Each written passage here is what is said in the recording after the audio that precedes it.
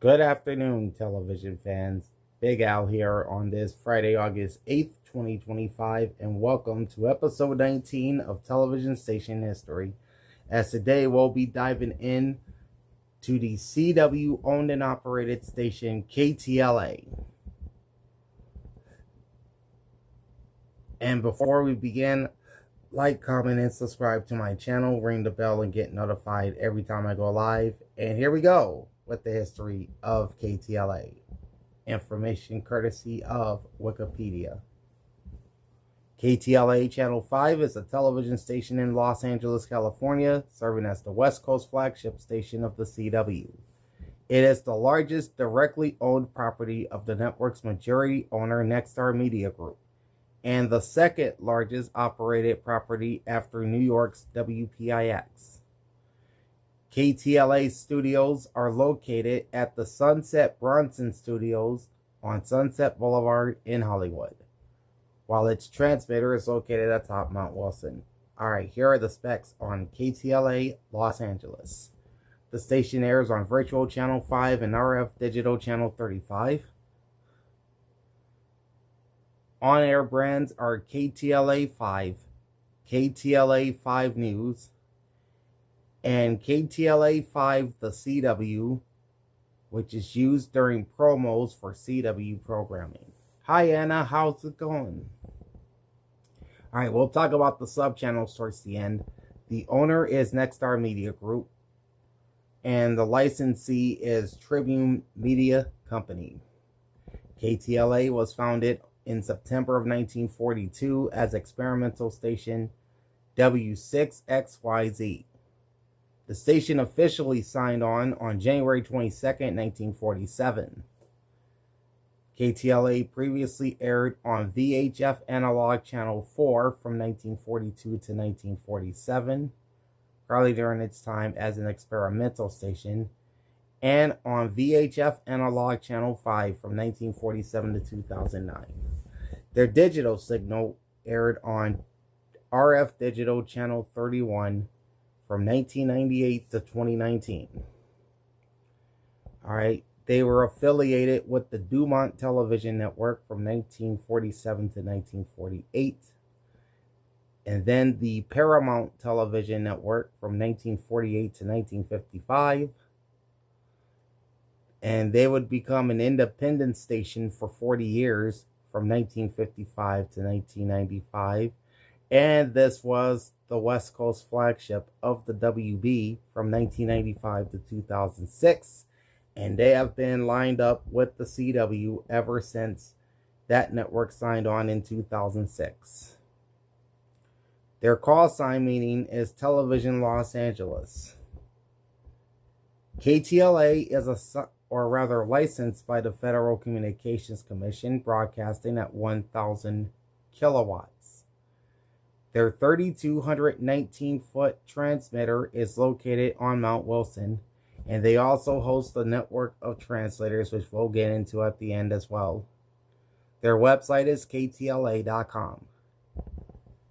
KTLA was the first commercially licensed television station in the western United States, having began operations in January 1947. Although not as widespread in national carriage as its Chicago sister station WGN-TV, KTLA is available as a superstation via DirecTV and Dish Network. The latter service available only to grandfather subscribers that have purchased its a la carte superstation tier before Dish halted sales of the package to new subscribers in cable providers in select cities within the southwestern United States and throughout Canada. As of 2015, KTLA operates an internet-only news radio channel on iHeartRadio. Alright, this is what you came here for. Here's the history, starting with the experimental years. The station was licensed by the Federal Communications Commission in 1939 as experimental station W6XYZ, broadcasting on VHF Channel 4. It did not sign on the air until September of 1942. The station was originally owned by Paramount Pictures subsidiary Television Productions Incorporated and was based at the Paramount Studios lot. Klaus Landberg, already an accomplished television pioneer at the age of 26, was the original station manager and engineer. Early years as a commercially licensed station.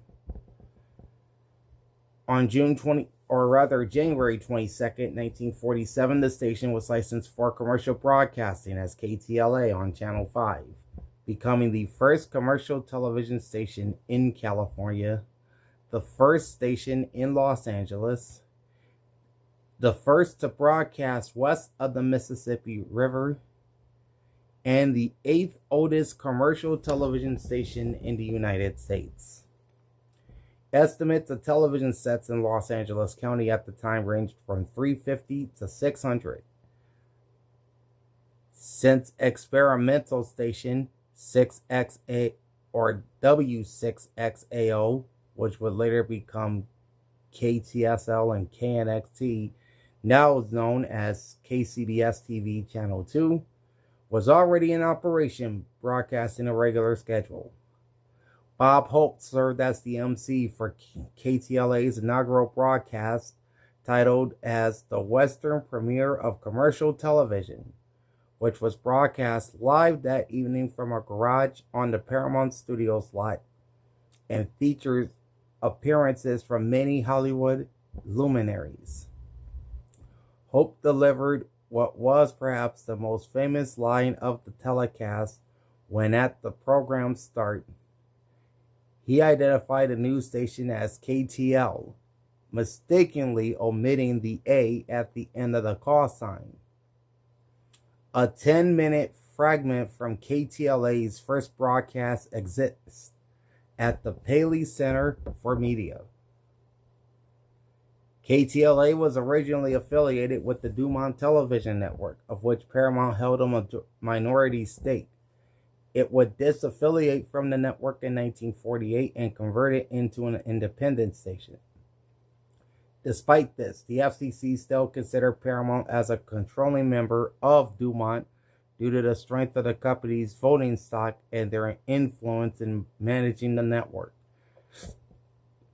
As a result, the agency did not allow Dumont to buy additional VHF stations, a problem that would later play a large role in the failure of Dumont, whose programming was splintered among other Los Angeles stations, including KTSL Channel 2, now KCBS TV, KHJ TV Channel 9, now KCAL TV, KTTV Channel 11, and KCOP TV Channel 13, until the network's demise in 1956. Paramount even launched a short-lived programming service, the Paramount Television Network, in 1948, with KTLA and WBKB TV, now WBBM TV in Chicago, serving as its flagship stations. The service never gelled into a true television network, but during KTLA's early years, the station produced over a dozen series that were syndicated in much of the country, including Armchair Detective, Bandstand Review, Dixie Showboat, Frosty Frolics, Hollywood Reel, Hollywood Wrestling, Latin Cruise, Movie Town, RSVP, Olympic Wrestling, Sandy Dreams, and Time for Beanie. In 1958, KTLA moved its operations into the Paramount Sunset Studios on Sunset Boulevard in Hollywood. For many years, those who have worked on Stage 6 at KTLA were told that it was the site where Al Jolson's landmark film The Jazz Singer was shot in 1927, when the lot was known as the Warner Brothers Sunset Studios. Mark Evener, who wrote for one such show in 1978, points out on his website that Stage 6 did not even exist at the time that The Jazz Singer was produced, and that it was actually probably filmed at what is now Stage 9. The former Warner Brothers Paramount lot is now known as Sunset Bronson Studios, where KTLA's facility remains based to this day, and where shows such as WKRP in Cincinnati, Judge Judy, Hannah Montana, The Gong Show, Solid Gold, Name That Tune, Family Feud, The Newlywed Game, Mad TV, and Let's Make a Deal have been produced over the years. KTLA is currently the only Los Angeles area broadcaster that remains based in Hollywood, as many other television and radio stations have moved to other parts of the region. KTLA has the distinction of being the first news station to use a helicopter as a news broadcasting platform.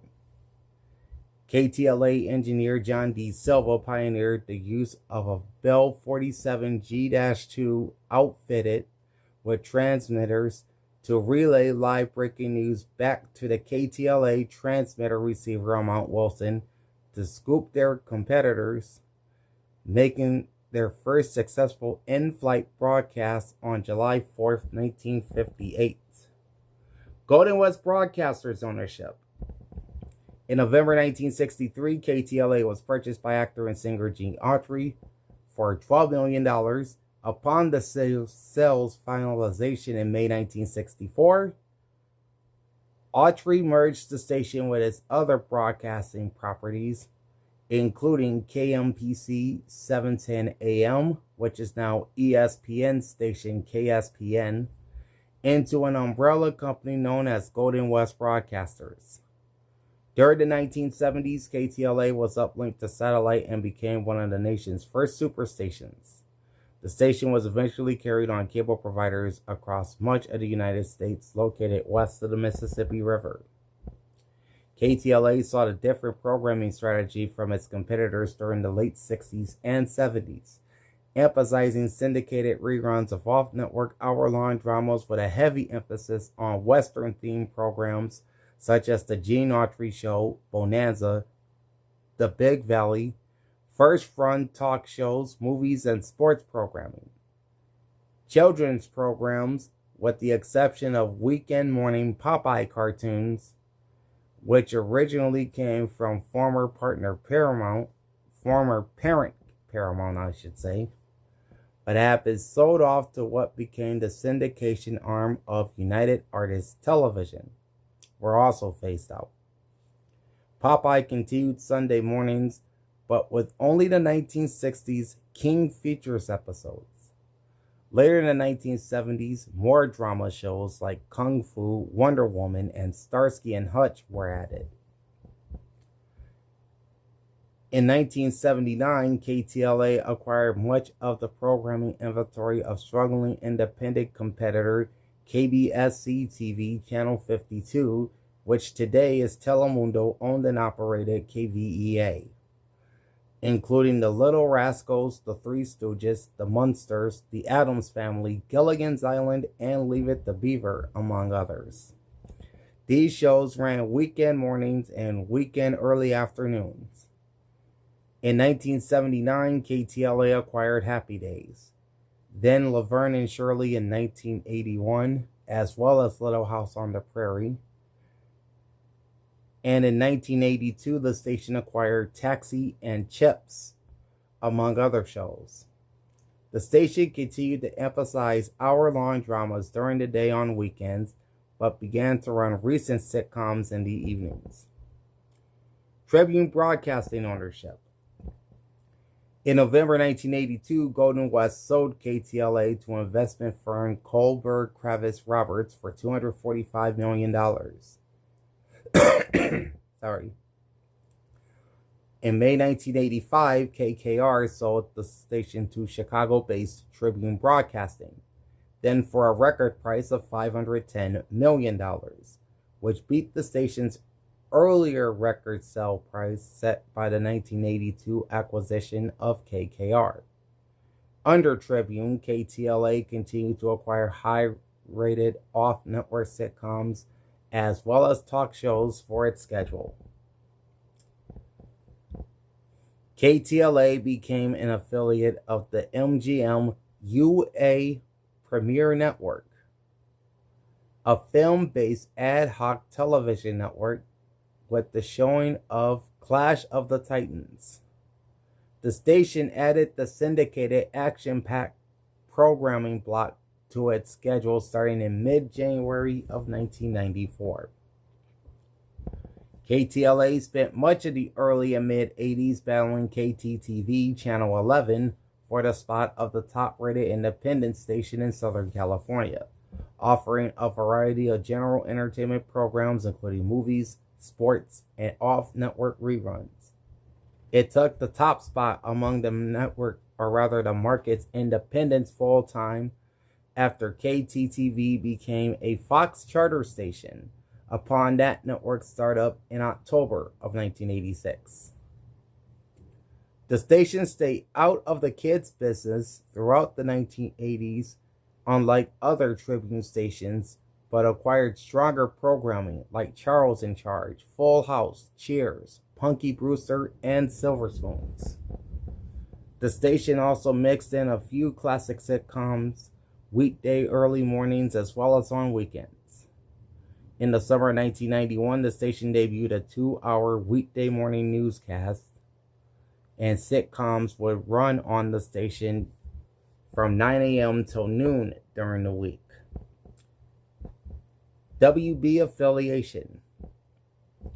On November 2nd, 1993, the Warner Brothers television division of Time Warner and the Tribune Company announced the formation of the WB television network. Due to the company's ownership interest in the network, initially a 12.5% stake, later expanding to 22%, Tribune signed its 7 existing independent stations. One such station, Atlanta's WGNX, joined CBS instead 1 month prior to the WB's launch, along with an 8th that the company had acquired the following year to serve as the WB's charter affiliates.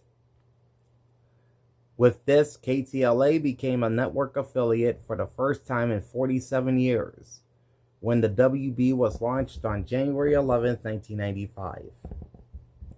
Like with other WB affiliated stations during the network's first 4 years, KTLA initially continued to essentially program as a de facto independent station, as the WB had only broadcast a 2-hour primetime schedule on Wednesday nights at the network's launch.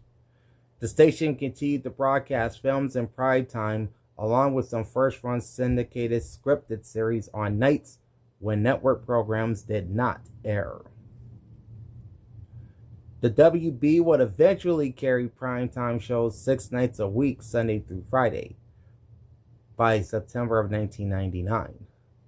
In September 1995, KTLA added afternoon cartoons and Saturday morning cartoons for the network's newly launched Kids WB block, bringing weekday children's programs back to Channel 5 for the first time in close to 25 years. The station continued to use the Channel 5 brand it used prior to its WB affiliation, with the WB logos simply tacked onto the station's Gold 5 logo until 1997, when the station overhauled its on-air branding to KTLA 5, LA's WB. The Tribune Company purchased the Times Mirror Company, then owners of the Los Angeles Times, in 2000, bringing the newspaper into common ownership with Channel 5, and ironically, the Los Angeles Times was the original owner of Fox-owned and operated station KTTV from 1949 under a joint venture with CBS through 1951, until it sold the station to Metro Media, successor to Dumont's owned and operated stations, in 1963.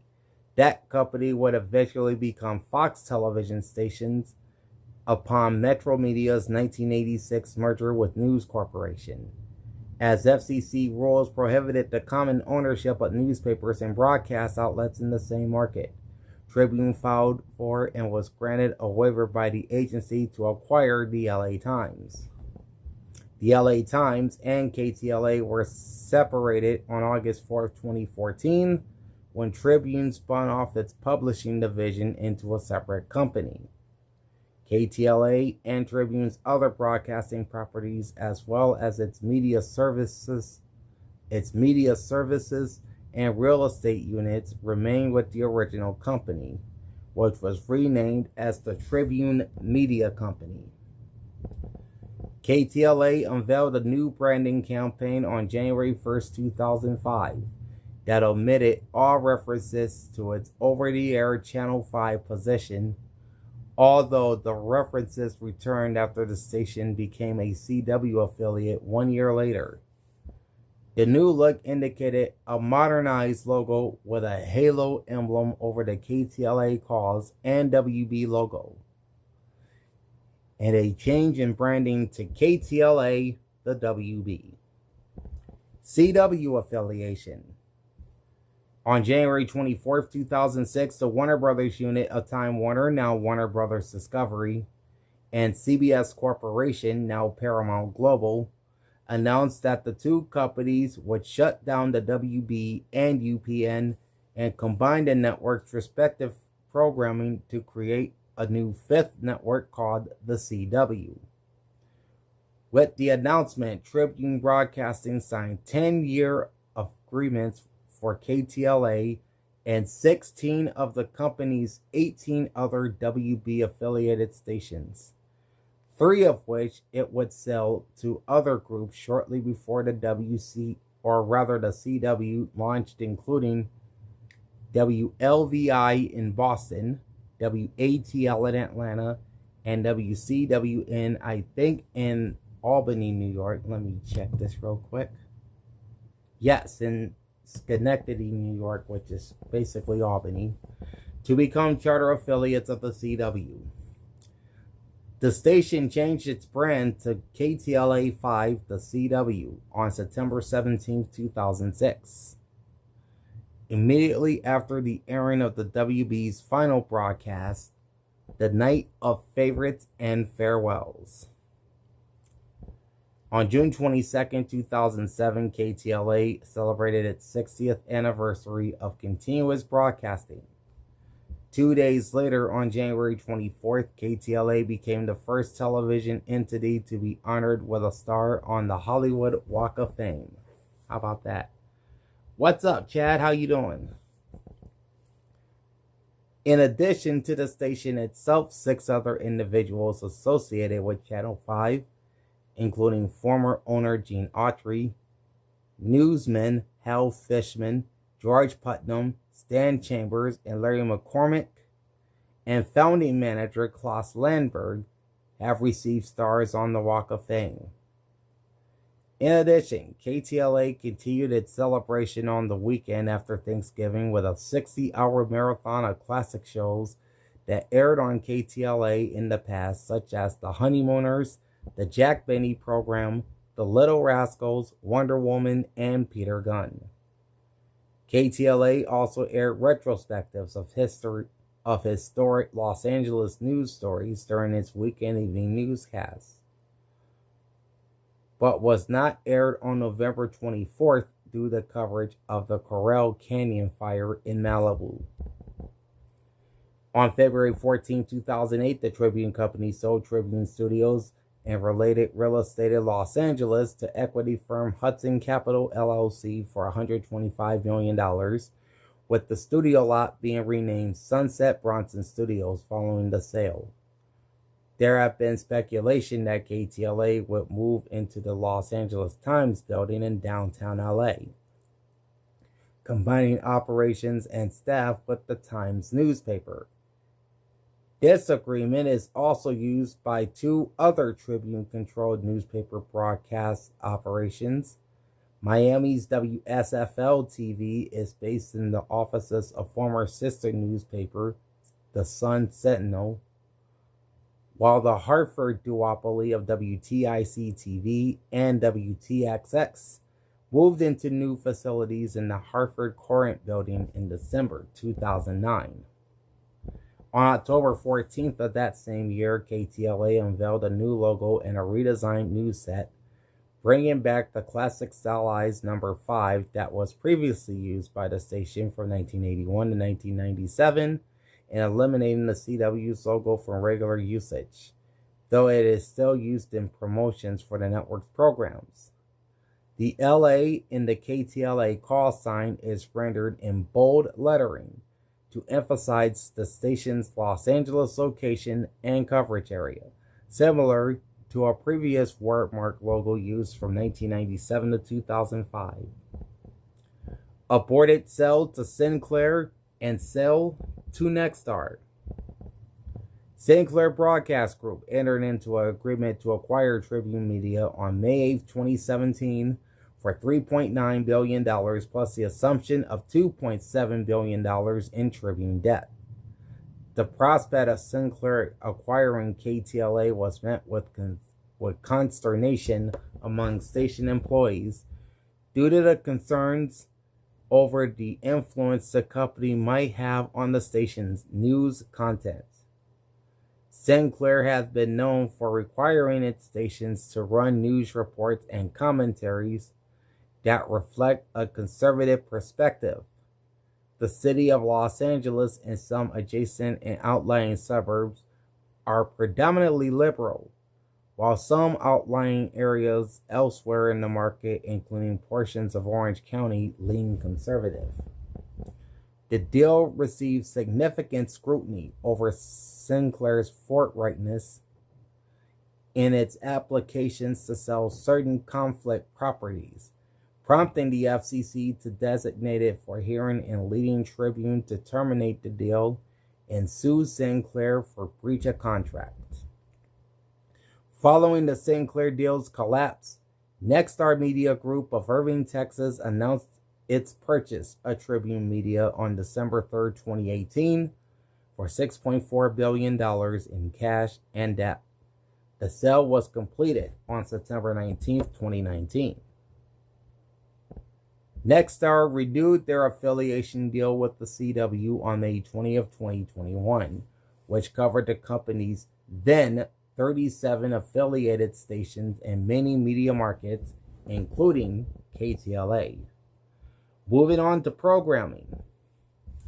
KTLA clears the entire CW schedule, although since the expansion of its Saturday morning newscast in May 2014, it has aired the network's children's block, currently known as One Magnificent Morning, 3 hours later, running from 10 a.m. to 3 p.m., than the network's other Pacific time zone affiliates until September 30th, 2017. From October 7th through December 30th, the station aired the OMM block locally on a 2-hour delayed basis from 10 a.m. to 1 p.m.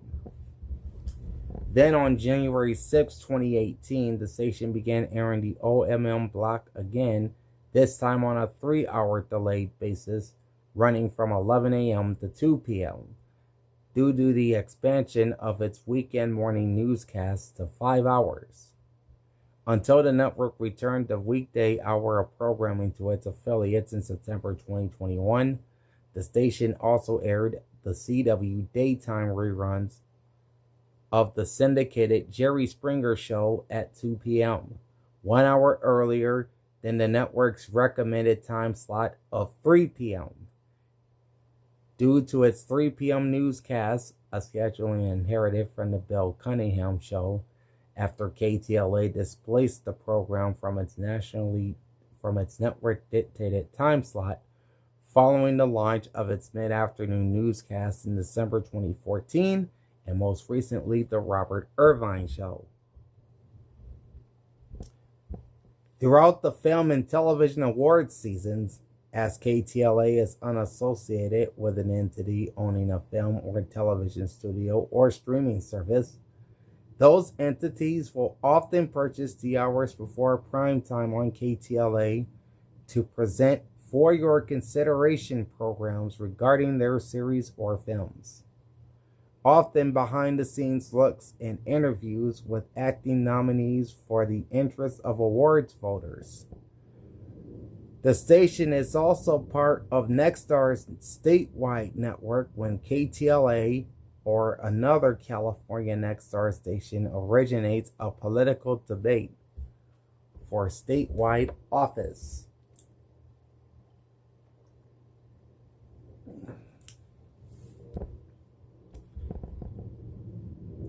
KTLA has also broadcast the annual Tournament of Roses parade from Pasadena each New Year's Day since 1948, while other local stations have also broadcast the parade over the years.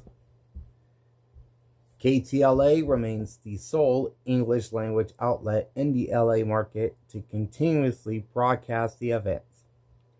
The station also served as host broadcaster of the Hollywood Christmas Parade, which was later syndicated to all Tribune-owned stations and the Hallmark Channel, a role it would resume in 2015 when the CW received the national broadcast rights. KTLA also broadcasts the San Diego Big Bay Boom July 4th fireworks show with coverage produced by sister station KSWB TV. Alright, sports programming. KTLA serves as the over-the-air home of the Los Angeles Clippers, broadcasting 15 preseason and regular season games starting in the 2022-2023 season. The station had earlier carried the team from 1985 to 1991 and from 2002 to 2009. From 1964 to 1995, KTLA served as the broadcast television home of the Los Angeles/California Angels baseball team, after then Angels owner Gene Autry purchased the station through Golden West Broadcasters. The television rights to Angels games would move to KCAL TV Channel 9 in 1996, which KTLA had previously assumed broadcast rights from, and whose then owner, the Walt Disney Company's ownership interest in the Angels, briefly overlapped with KCAL's contract with the team. KTLA served as the local over-the-air television broadcaster to the Los Angeles Dodgers from 1993 to 2001. The station would return to its over-the-air relationship with the Dodgers on September 2nd, 2016, when KTLA entered into an agreement with Charter Communications, which had acquired Time Warner Cable's Southern California systems earlier that year through its acquisition of the latter cable provider, to simulcast 6 regular season games scheduled for the final 2 weeks of the 2016 season, to which regional sports network Sportsnet LA already had rights to broadcast through its contract with the Dodgers. This agreement would extend into the following year, when on March 8, 2017, Sportsnet LA agreed to simulcast 10 Dodgers games scheduled during the first and last 5 weeks of the 2017 regular season on Channel 5. The original decision for the simulcasting agreement was made after complaints were raised that fans would not be able to watch the final broadcast of retiring legendary commentator Vin Scully, since Sportsnet LA's availability in Southern California is primarily limited to Charter Spectrum systems because of disagreements between Charter TWC and 5 major television providers serving the region, including Cox Communications, Frontier Files, AT&T Uverse, DirecTV, and Dish Network, over transmission rates that have preempted them from agreeing to carry the channel. Channel 5 would continue this agreement with Sportsnet LA since the 2018 season. KTLA also carried select Los Angeles Lakers road games from 1967 to 1977, as well as selected Los Angeles Kings road games during that same time period. and again selected telecasts during the majority of the Wayne Gretzky era in the late 80s to mid 90s. Other than telecasts of preseason games from the Las Vegas Raiders, who were based in LA from 1982 until the team returned to Oakland in 1994, syndicated by the Las Vegas Silver and Black Network, along with a 30-minute show each weekend during the regular season before the game. KTLA does produce one sporting event each year, the LA Marathon, which features many of the morning news on-air staff along with running specialists on a Sunday morning in February or March of that year. News operation. KTLA presently broadcasts 96 hours and 50 minutes of locally produced newscasts each week, broadcasting 15 hours and 15 minutes on weekdays, 8 hours 20 minutes on Saturdays, and 9 hours 20 minutes on Sundays. In regards to the number of hours devoted to news programming, it is the highest newscast output among television stations in California and in the United States as a whole. What up, Joey? How you doing, bro? KTLA produces a 15-minute sports wrap show called, or rather, let me say that again, I'm sorry. KTLA produces a 15-minute sports wrap-up show every night at 10:45 during KTLA 5 News at 10, and produces a 30-minute show, KTLA 5 Sports Final, on the weekends at 11:35, following their 11 p.m. news.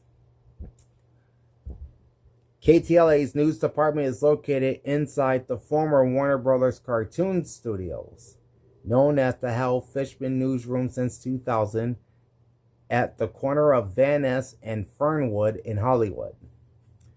Although KTLA does not cover police pursuits as much as other stations, it has put more emphasis in local crime stories, as opposed to politics, health, and other serious news.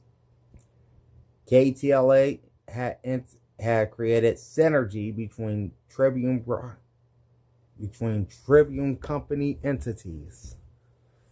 For example, entertainment reporter Sam Rubin would be often featured in addition to his KTLA work as the main Los Angeles-based entertainment reporter for Chicago's sister station WGN-TV. Los Angeles Times columnist David Lazarus also reported on consumer stories from the parent's headquarters in El Segundo before switching to KTLA full-time in 2022. For many years, Channel 5's news department, which has existed since its sign-on, was considered the benchmark of Los Angeles television. In 1958, KTLA began operating a well-equipped helicopter for news gathering known as the Telecopter, and was the most advanced airborne television broadcast device of its time. It was ultimately sold to NBC-owned KNBC Channel 4, which flew the Telecopter with pilot Francis Gray Powers and cameraman George Spears until it crashed on April 1st, 1977, killing the two on board. During the early 1960s, under the final years of ownership under Paramount Pictures, KTLA launched AMLA, a one-hour morning news program anchored by Stan Chambers, and with it, it was the first extended morning newscast in Southern California, before eventually launching a 10 p.m. newscast in 1965, originally titled News Scene.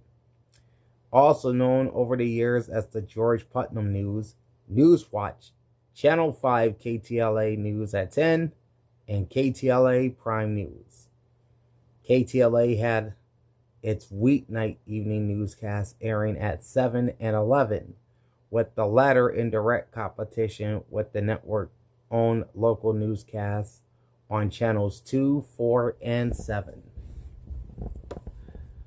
Traditionally, the evening news programs are often serious and no nonsense in nature and has received many journalism awards.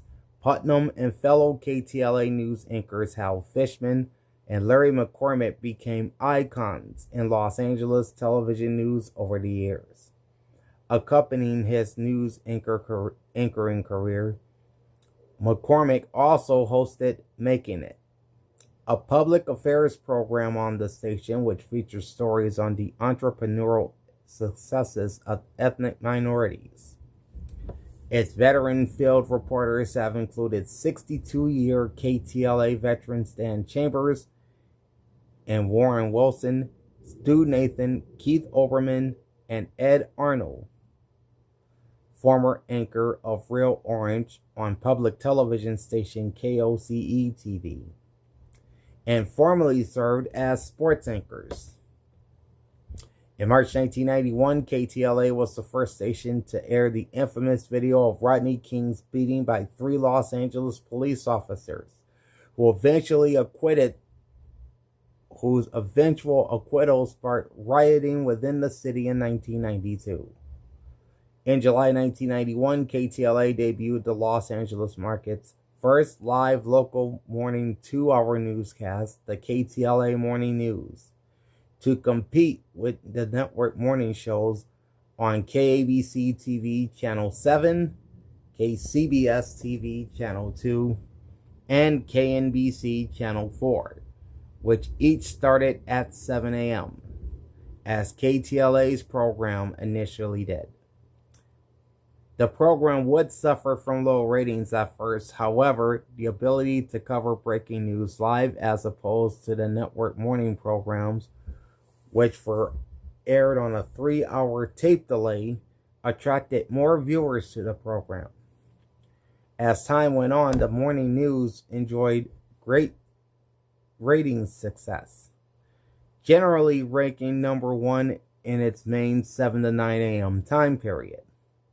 The program's success spawned rival KTTV to launch its own morning newscast, Good Day LA, in 1993.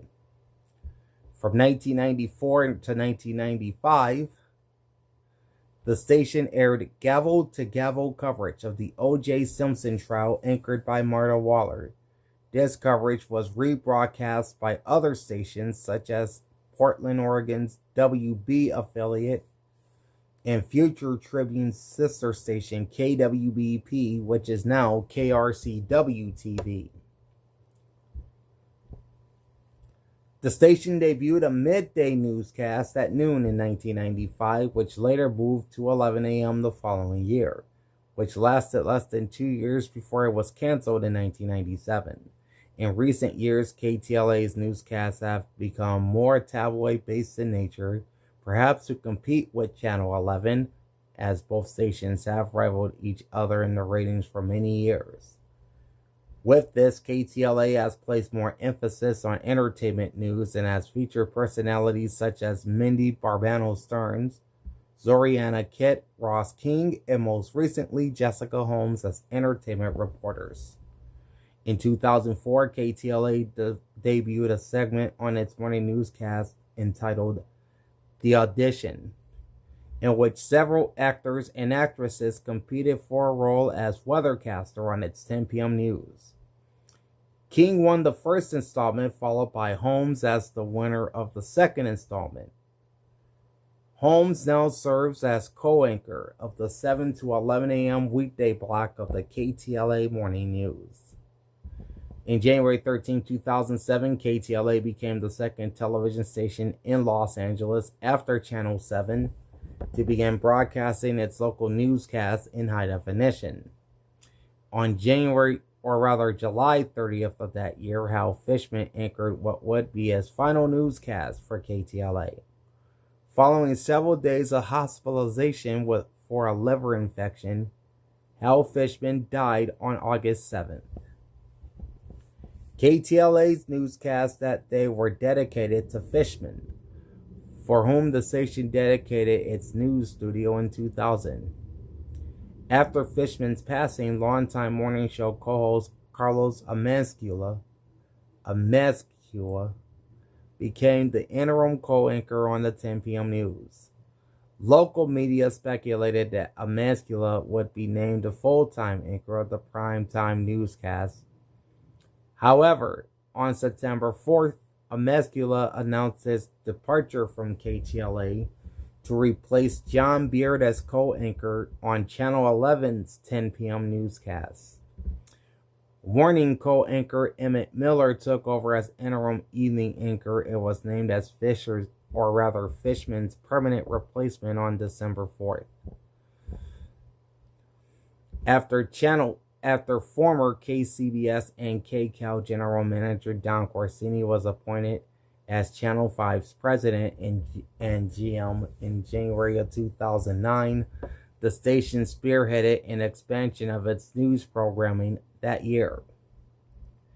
On January 19th, KTLA soft-launched a nightly half-hour 6:30 p.m. newscast. The market's first since Channels 9 and 2 ran newscasts in that time slot.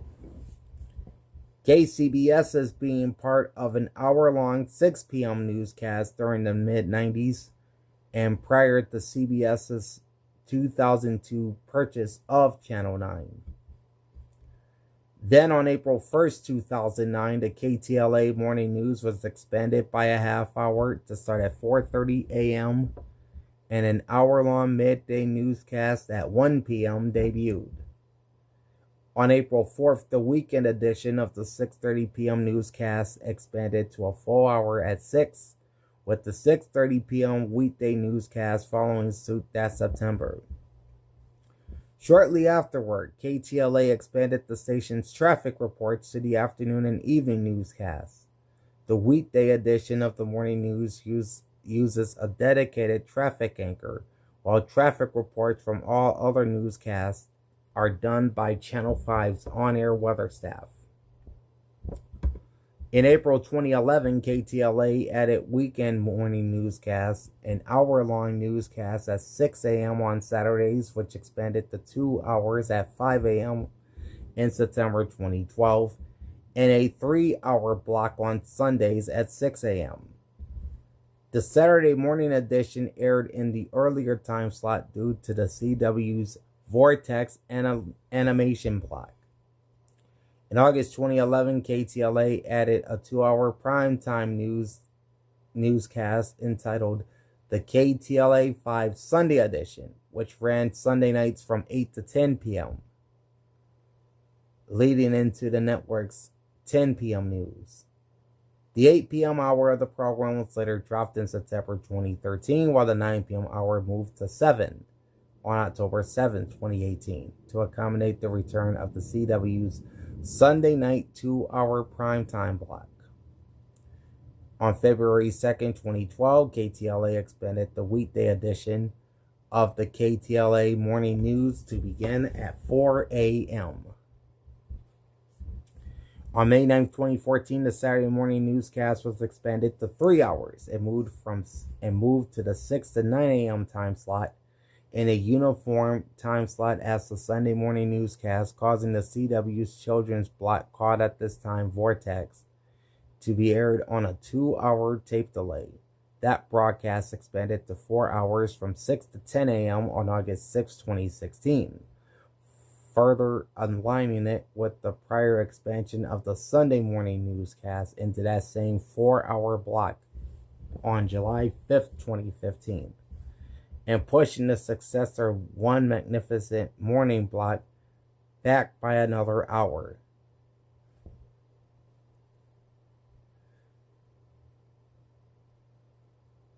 The following month, on June 16th, KTLA quietly soft-launched a half-hour nightly newscast at 11, without any promotion, becoming Tribune's first news-producing CW affiliate to carry a newscast in the traditional late news time slot. Its first regularly scheduled 11 p.m. newscast since 1965. On December 26, 2014, KTLA added separate hour-long weekday afternoon newscasts at 2 and 3 p.m.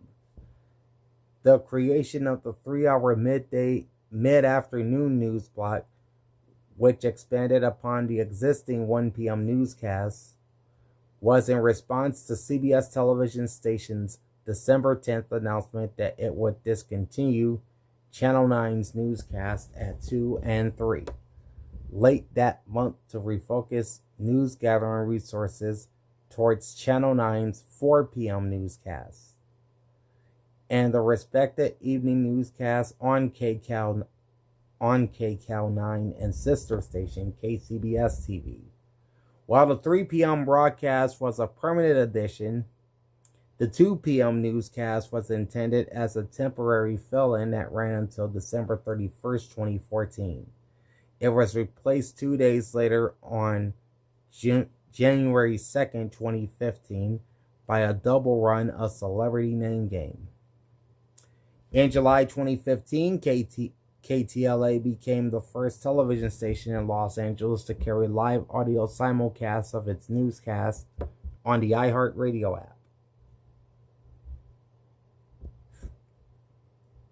On June 12, 2017, KTLA expanded the weekday edition of the KTLA 5 Morning News to 11 a.m. and did the same for the weekend edition on January 6, 2018.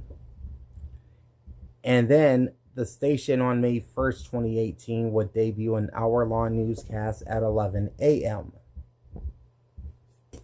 On October 7th, KTLA moved its Sunday edition up 2 hours earlier to 7 p.m. due to the CW adding primetime programming on Sundays until October 1st, 2023. Channel 5 would move its Sunday newscasts to 4 p.m. due to the CW adding 7 p.m. primetime programming on October 8th, 2023. On December 27, 2018, KTLA weekend news anchor and reporter Chris Burrows was found unconscious from a methamphetamine overdose in a Days Inn hotel room in Glendale, California. He was pronounced dead at a nearby hospital. That's not good. On January 12, 2019, KTLA began producing a weekend 30-minute edition of KTLA 5 Sports Final at 11:35 p.m. following the 11 p.m. news. On February 9, 2019, KTLA added a new hour-long weekend newscast at 5 p.m.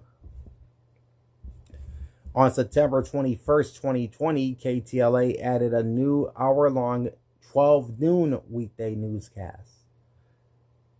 It had started months earlier due to the COVID-19 pandemic and became permanent on that day. Also on that day, the Lifetime show LA Unscripted debuted. On May 3rd, 2021, KTLA launched Off the Clock, a program featuring the morning news team in a more relaxed environment on streaming. Subsequently, with the ending of Maury, Off the Clock was brought to broadcast, airing at 2 p.m. On October 4th, 2021, Channel 5 added a new 5 p.m. weekday newscast, which would run for an hour. And then on February 20th of 2023, the station would add a new hour-long newscast at 4. On September 16th, 2024, KTLA added a new half-hour-long 7 p.m. weeknight newscast. Including LA Unscripted, KTLA runs continuous news and information programming from 4 a.m. to 8 p.m. on weekdays. That's a big chunk of the day. Okay, controversies. In 1978, Arnold Shapiro's documentary Scared Straight was broadcast on the station without edits for the film's profanity, narrated by Peter Falk as a controversial deterrent to juvenile delinquency. In 2004, People and Hollywood Reporter entertainment writer Zoriana Kitt was hired as an on-air reporter despite having no television news experience. Kitt had previously served as a panelist on the short-lived television series Movie Club with John Ridley. Kit raised ethical questions in January 2005 when she made an on-air criticism of Brad Gray's appointment as the head of Paramount Pictures, without disclosing that her husband, producer Bo Zenga, had sued Gray over profits from the film Scary Movie. The issue was reported in the Los Angeles Times, and in mid-January, Kit apologized on air and would leave the station in July of that year. In January 2006, KTLA management came under fire for replacing Stephanie Edwards, who emceed the Tournament of Roses parade for nearly 3 decades, with Bob Eubanks as co-host of the station's annual broadcast of the parade. Edwards was moved out of the booth and became a street reporter, being replaced in the booth by Michaela Pereira. The move was widely seen as insensitive and created a storm of controversy, including a scathing LA Times column by Pat Morrison. The situation was made worse because it was raining that day, and Edwards was forced to stay outside near the parade route. Pereira fully replaced Edwards in 2007, though in September 2008, KTLA management announced that Edwards would resume co-hosting duties with Eubanks for the parade's 2009 telecast. In February 2006, the Pasadena Star-News reported that anchors Carlos Amezcua and Michaela Pereira and entertainment reporter Sam Rubin had accepted free rooms at the recently renovated Ritz-Carlton Huntington Hotel and Spa in Pasadena. The station telecast an entire morning news episode from Pasadena. Although the hotel was not specifically mentioned, still, it was widely seen as a significant ethical lapse, one that violated Tribune Company guidelines. On March 4, 2006, the Times reported that Michaela Pereira had accepted $10,000 worth of furniture for her Pasadena home. The furnishings, delivered in September 2005, were to be part of an unaired Extreme Home Makeover segment on the morning news. The furniture company was never paid, stating that it was under the impression that the work was in exchange for favorable coverage. In June 2009, the Los Angeles Times reported that anchor Lou Parker began a relationship with Los Angeles Mayor Antonio Villaraigosa in March of that year. KTLA management was reportedly unaware of this until May 2009. Parker reported several stories on Villaraigosa's political future before being reassigned. During a live interview on February 10, 2014, entertainment reporter Sam Rubin got a shellacking by actor Samuel L. Jackson after Rubin confused him with Lawrence Fishburne in an opening reference to the Super Bowl commercial. While Rubin promptly apologized and later suggested that he was referring to a different commercial, Rubin received heavy criticism from Jackson for mixing him up with the other black guy. In an outrage over purported racial indiscrimination, Jackson also referred to other examples on Twitter. In September 2022, longtime news anchor Lynette Romero left the station for a weekday morning position at crosstown rival KMBC. Romero was given the opportunity to say goodbye to viewers, but decided to take vacation time through the end of her contract. Instead, entertainment reporter Sam Rubin told viewers that she was leaving the station. The following weekend, Romero's co-anchor Mark Mester delivered a 4-minute monologue in which he apologized on behalf of the station for its inappropriate, in quotation marks, remarks about Romero's departure. Mester was suspended for the comments, and the station ultimately fired him. The incident prompted a severe backlash against Channel 5 and its management over the handling of Romero's departure and the subsequent firing of Mester.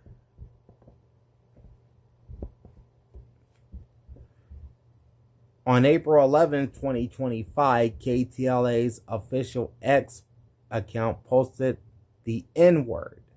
Yes, that N-word. KTLA quickly deleted the post and in a follow-up apologized and stated that the offending post was the result of a technical error that took place while they were applying language filters to their social media accounts. Okay, now we've made it to notable current on-air staff. These are people that are currently on the air at Channel 5 right now. And that includes reporters Gail Anderson, Wendy Birch, anchors Cher Calvin, Jessica Holmes, Micah Ullman, and Lou Parker. Also, Dana Devin, a reporter, and also the host of LA Unscripted. You have Courtney Friel, anchor and general assignment reporter. Steve Hartman, sports anchor. Darren Horton, sports director. And Lauren Lister, general assignment reporter. All right. Notable former on-air staff include Carlos Amezcua from 1991 to 2007, Aisha Blake, Chris Burrows, Jen Carl, Stan Chambers from 1947 to 2010, Richard DeMille, 1947 to 1950, Tom Duggan, Steve Dunn, Dick Enberg, the sportscaster Dick Enberg worked at Channel 5 from 1965 to 1975, Giselle Fernandez on 2 separate occasions, 1985 to 1987, and 2001 to 2003. Hal Fishman, 1965 to 1970, and 1975 to 2007. Tom Harmon, 1958 to 1964. Tom Hatton, 1952 to 1992. Brad Johnson, announcer and stage manager. Ross King, Dick Lane from 1946 to 1972. Dale Malkoff, Rory Marcus, Larry McCormick from 1971 to 2004.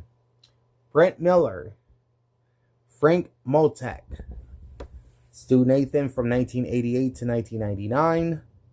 Keith Olbermann from 1985 to 1988. Ron Olson from 1987 to 2009. Michaela Pereira, 2004 to 2013. George Putnam, Victoria Racano, 2009-2010. Cleet Roberts, who is now deceased. Sam Rubin, entertainment reporter from 1991 up until his death in 2024. Brandon Rudat, 2009 to 2010. Michelle Ruiz, 1991 to 1998. Bill Stout, 1960 to 1963. Tom Snyder, who worked at Channel 5 briefly in 1963. Bob Starr, 1980 to 1989. Sharon Tay, 1993 to 2004. Katie Tur. Marta Waller, 1984 to 2008. Jane Wells, 1988 to 1989. And Jennifer York from 1991 to 2002.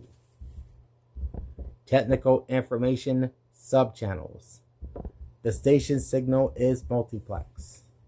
KTLA physically has 5 digital subchannels. And they have another one on their spectrum that is hosted on behalf of another station.